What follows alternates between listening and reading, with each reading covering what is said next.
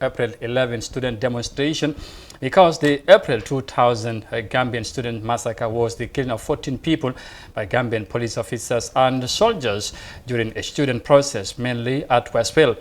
The protest had been called following two separate incidents: the beating to death of secondary school student Ibrahim Bari by firefighters and the rape of a 13-year-old girl by uniformed police officer, and the lack of investigation of both of those incidents. No charges were brought against those involved, and the government under Yahya Jammeh suppressed commemoration of the event. Abdul Karim Jammeh is among a few victims of the incident, currently receiving treatment in Turkey under arrangement by the government of the Gambia partnership with philanthropist organizations. We now cross over to Turkey, where Abdul Karim Jammeh, of course, speaking to us live on the line. Well, thank you very much, Abdul Karim, for talking to us. Now, how is your treatment going on? Are you feeling much better now? Thank you very much for having me. Yes, it is true. I'm receiving my treatment here in Turkey, Ankara, and I'm recovering very well.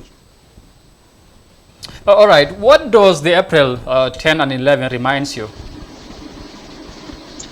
It reminds me a very, very unfortunate day in the history of the Gambia.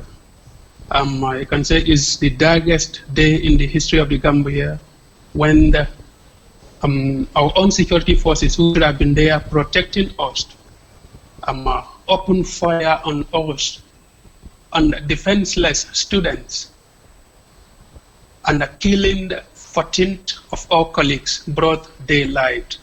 It was so unfortunate, definitely. It reminds me about those heroes. It's very touching indeed, definitely. All right. Now, could you recall how you got involved until you became a victim of the brutality? On that fateful day, it was during the exams. That morning, I prepared for my exams. I went out. I normally catch a bus at Churchillstown.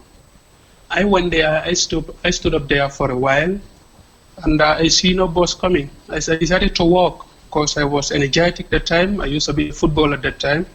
I said, well, before I miss my paper, let me try to jog. In that process, I was walking until I reached at Westfield. Upon my arrival there, I saw my colleague students running, shouting, and security forces behind them.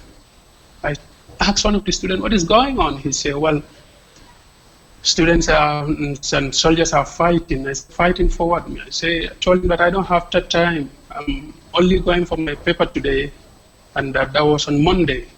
But well before that, on Friday 7th, our school head boy told me that, there's going to be a demonstration on Monday. And I told him that, I don't have time for demonstration. As you know that, it is exam time. So on the whole, I went home. During the weekend, I forgot about this demonstration. And until that fateful morning day, when I saw security forces chasing my colleagues, that was the time I remember that, what my head boy told me is going to happen is happening. So at that Westfield Junction, I decided to maneuver. My school is at Sheikh Maska behind GTT. I tried to maneuver to try and get to school, but I could not get any way. This is how the security forces were running after us, shooting fire. And we are like that for a while. And after then, we get to a point whereby a group of us were grouping there, talking what to do next. And Khalifa Saleh came there and addressed us and told us what is going on. We told him that, we are trying to stage a demonstration, a peaceful one, and the security forces started to chase us, beat us. He said, but the demonstrations should not be like this. It should be in a civilized way. You people are vandalizing. So he addressed us, he told us to go home.